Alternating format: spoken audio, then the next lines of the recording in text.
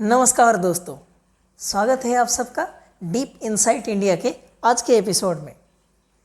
देश का समाचार, नेताओं पे जनता का पलटवार, ना कोई लालच ना कोई फिक्र, पहुंचाएंगे आप तक पोस्टमार्टम के साथ हर एक खबर। देखते रहिए डीप इनसाइट इंडिया। तो दोस्तों, रिक्वेस्ट है मेरा कि ये वीडियो को अंत तक देखिएगा, लाइक करिएगा, सब्सक्राइब पे हल्के से अंगूठा दबा दीजिए और बेल आइकन दबाना बिल्कुल ही मत भूलिएगा। अपने दोस्तों के साथ शेयर करिए इस चैनल को। याद रखिए, चैनल नया है, आपका जितना सहयोग मिलेगा मुझे उतना ज़्यादा मोटिवेशन मिलेगा अच्छे अच्छे वीडियो बनाने के लिए आपके लिए। तो please kindly like, share and subscribe, और जो भी आपका कमेंट्स हो कमेंट बॉक्स में लिखना मत भूलिएगा। तो दोस्तों, शुरू करते हैं आज के न्यूज़ का सिलसिला। आज बहुत ही एक बढ़िया समाचार सुबह सुबह मिला। ये जो वारिस पंजाब दे गैंग है, इसको मैं गैंग ही बोलूँगा। वारिस पंजाब दे जो गैंग है, एक्चुअली इसका नाम वारिस पंजाब दे नहीं, इसका नाम होना चाहिए था चूहे खालिस्तान दे। तो ये चूहे खालिस्तान दे के जो सरगना था, जो लीडर था, बहरूपिया अमृतपाल सिंह। बहुत सारे मीडिया इसको सिख प्रीचर लिखते हैं, मैं सिख नहीं कहता इसको। ये देखिए, ये है अमृतपाल सिंह। सिख वो होते हैं जो इतिहास में मैंने पढ़ा था, औरंगजेब के टाइम पे जो सिख गुरु तेग बहादुर थे, उनको औरंगजेब ने बोला कि सिख धर्म छोड़ दो और मुस्लिम बन जाओ। तो गुरु तेग बहादुर ने अपनी जान दे दी, लेकिन उन्होंने अंत में एक ही लाइन बोली थी, एक ही वाक्य बोला था कि शीश कटा सकता हूँ, सिख नहीं। तो ये देखिए, ये है अमृतपाल सिंह। इसीलिए ये कोई सिख नहीं है, ये एक बहरूपिया खालिस्तानी है जो दुबई से आया। पाकिस्तान के पैसे से, नार्को टेररिज्म का पैसा जो पाकिस्तान का है, वैसे तो पाकिस्तान है कंगाल, तो जो नार्को टेररिज्म का पैसा है जिससे वो दहशत फैलाता है पूरे विश्व में, सिर्फ भारत में नहीं पूरे विश्व में वो दहशत फैलाता है। तो उसी पैसे से ये गया जॉर्जिया, अपना प्लास्टिक सर्जरी करवाया, और वो भी किस लिए?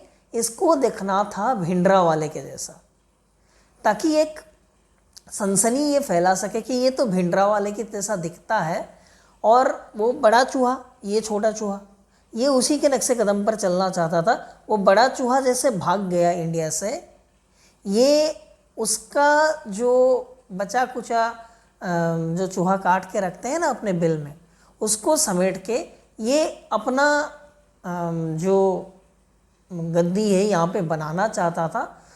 तो चूहे खालिस्तान दे का जो लीडर है अमृतपाल सिंह, इसको आज पंजाब पुलिस ने धर दबोचा।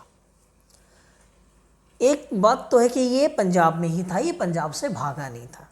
तो जितनी भी कहानियाँ बनी जा रही थी कि ये मर्सिडीज से मारुति, मारुति से मोटरसाइकिल, 3M पे ये भाग गया, ये सब कहानी थी, ये सब झूठी कहानी थी। वो चूहा पंजाब में ही किसी बिल में फंसा हुआ, घुस के बैठा था। उसको आखिरकार पुलिस ने धर दबोचा, उसको NSA में बुक किया, नेशनल सिक्योरिटी एक्ट में, और उसको एक्सपोर्ट कर दिया असम, डिब्रूगढ़, जहाँ पे इसके बाकी खालिस्तानी साथी भाई लोग जो हैं वो वहाँ पे बैठे हुए हैं डिब्रूगढ़ में। डिब्रूगढ़ जेल में इसको शिफ्ट कर दिया। तो एक बात तो मैं ये कहता हूँ कि ये जो बहरूपिया है अमृतपाल सिंह, ये लंबा गया। ये हेमंत जी उसका ख्याल रख लेंगे असम में, ये लंबा जाएगा। और कुछ अगर इधर उधर करने की कोशिश की, जो हेमंत बिस्वा शर्मा जी हैं असम के चीफ मिनिस्टर, और असम की पुलिस गजब की पुलिस है, तो वो इसको संभाल लेंगे। अब वही डिब्रूगढ़ में बैठ के बनाओ अपना खालिस्तान, डिब्रूगढ़ वाले जेल में। अब चलते हैं अगले न्यूज़ पे। अगला न्यूज़ जो है ये अतिक अहमद से रिलेटेड है। भाई, ये अतिक पीछा ही नहीं छोड़ रहा है, 3 दिन से हर एक वीडियो में वो कहीं ना कहीं से टपक जाता है। तो ये आतिक अहमद जो है, इसके केस में क्या हुआ ये देखिए, अल कायदा threatens revenge over Indian gangster politician Atik Ahmed's live TV murder। भाई एक इंडियन गैंगस्टर है जो कि पॉलिटिशियन भी था, क्रिमिनल था, उसको किसी ने टपका दिया और टपकाने के लिए ऐसा टाइम चुना कि पूरे हिंदुस्तान ने देखा कि एक क्रिमिनल का अंत कैसे हो सकता है। पहली बार एक जो फिल्मी स्टाइल का होता है ना, वो लाइव में देखा लोगों ने, कैमरे के सामने अतिक और अशरफ की हत्या हो गई। तो ये जो हत्या है कैमरे के सामने जो पूरे देश ने देखा, इसमें अब टपक पड़ा अल कायदा। जैसा अतिक ने भी माना था अपने स्टेटमेंट में, उसका पाकिस्तान की जो इंटेलिजेंस एजेंसी है ISI, उसके साथ रिश्ता था, लश्करी तोयबा के साथ रिश्ता था उसका, उसको उनसे हथियार, पैसे, सब कुछ सब सहूलियत मिलता था, पंजाब के रास्ते ड्रोन से मिलते थे। तो ये जो खबर है ना, ये उसकी पुष्टि करता है अल कायदा का वार्न करना कि हम बदला लेंगे। अल कायदा क्यों बदला लेगा? अल कायदा का क्या ताल्लुकात थे अतिक से, ये पुष्टि करता है। अतिक ने CBI को जो बयान दिया था वो बयान सही था, सच था। अतिक का रिश्ता ये देश विरोधी तत्वों से था और अतिक गद्दार था। आज के समय पे जो भी मौलाना, जो भी मुस्लिम धर्मगुरु और जो राजनेता, जैसे ये अखिलेश यादव, जैसे ओवैसी, और जो भी राजनेता और जो इंसान अतिक के साथ खड़ा है, वो सोच ले वो अतिक के साथ खड़े होके देश के साथ गद्दारी कर रहा है। अगला न्यूज़ है उड़ीसा से, जो मेरा स्टेट है।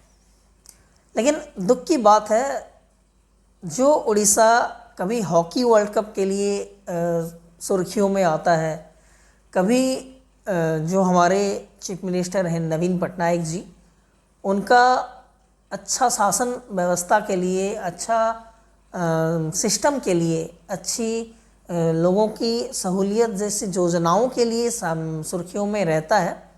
इस बार सुर्खियों में आया है उड़ीसा। न्यूज़ देखिए, 70-year-old walks several kilometers barefoot under sun to collect pension। ये 2 दिन पहले का न्यूज़ है दोस्तों। तो 2 दिन पहले का अगर बात करूं, टेम्परेचर कुछ 43-44 हुआ करता था और यहाँ की ह्यूमिडिटी की वजह से ये फील लाइक 45-46 होता था। तो ये जो 46 डिग्री के टेम्परेचर में एक 70 साल उम्र की बूढ़ी औरत, सूर्या हरिजन जिसका नाम है, और कई किलोमीटर पैदल चल के बैंक तक गई पेंशन के लिए। अपनी जो बुढ़ापे का पेंशन मिलता है, वो पेंशन पाने के लिए उसे बैंक तक चल के जाना पड़ा।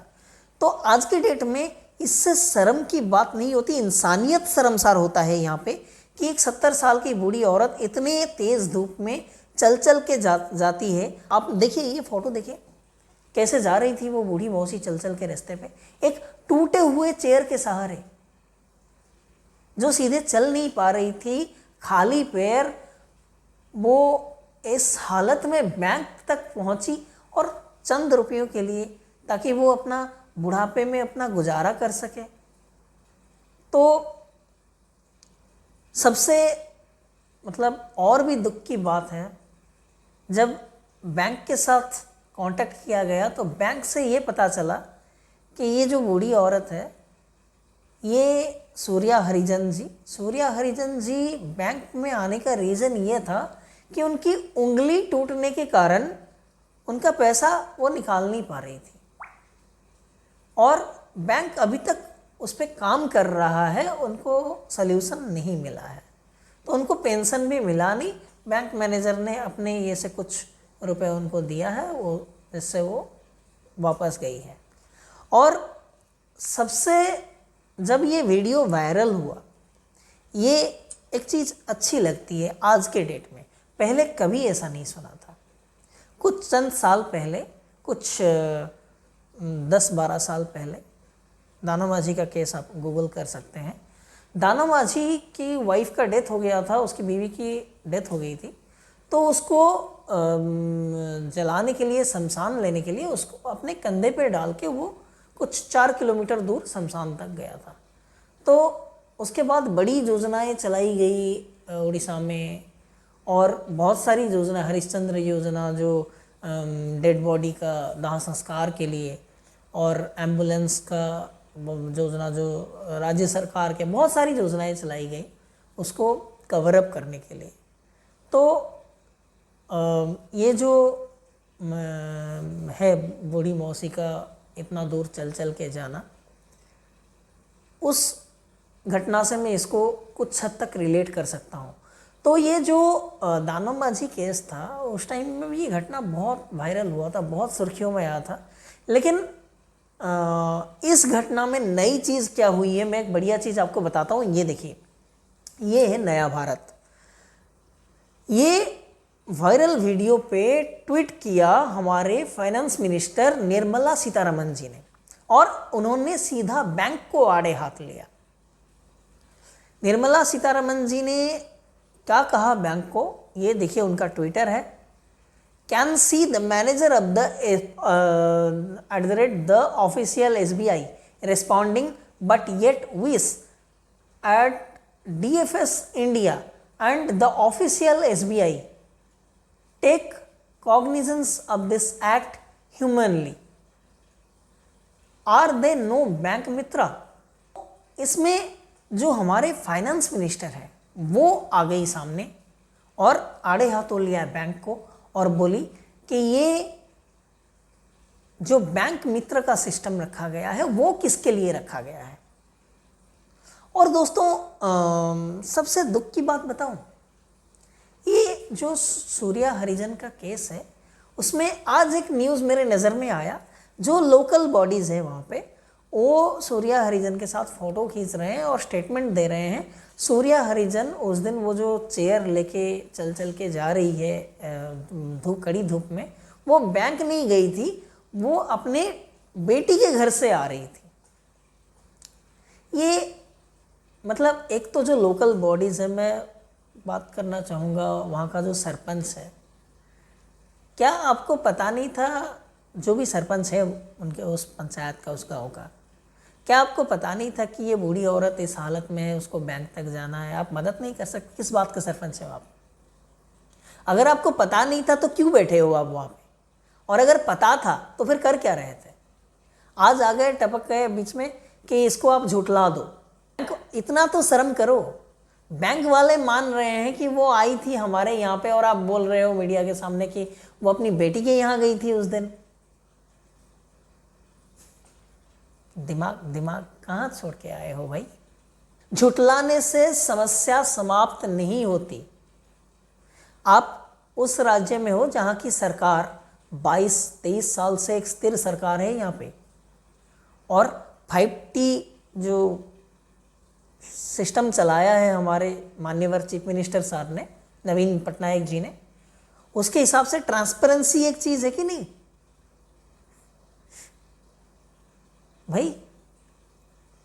तो दोस्तों इतना ही है आज के वीडियो में। बाकी कल फिर आऊँगा कुछ और खबर लेके। याद रहे, देश का समाचार, नेताओं पे जनता का वार, ना कोई लालच ना कोई फिक्र, पहुंचाएंगे आप तक पोस्टमार्टम के साथ हर एक खबर। देखते रहिए डीप इनसाइट इंडिया। जय हिंद, जय श्री राम, नमस्कार।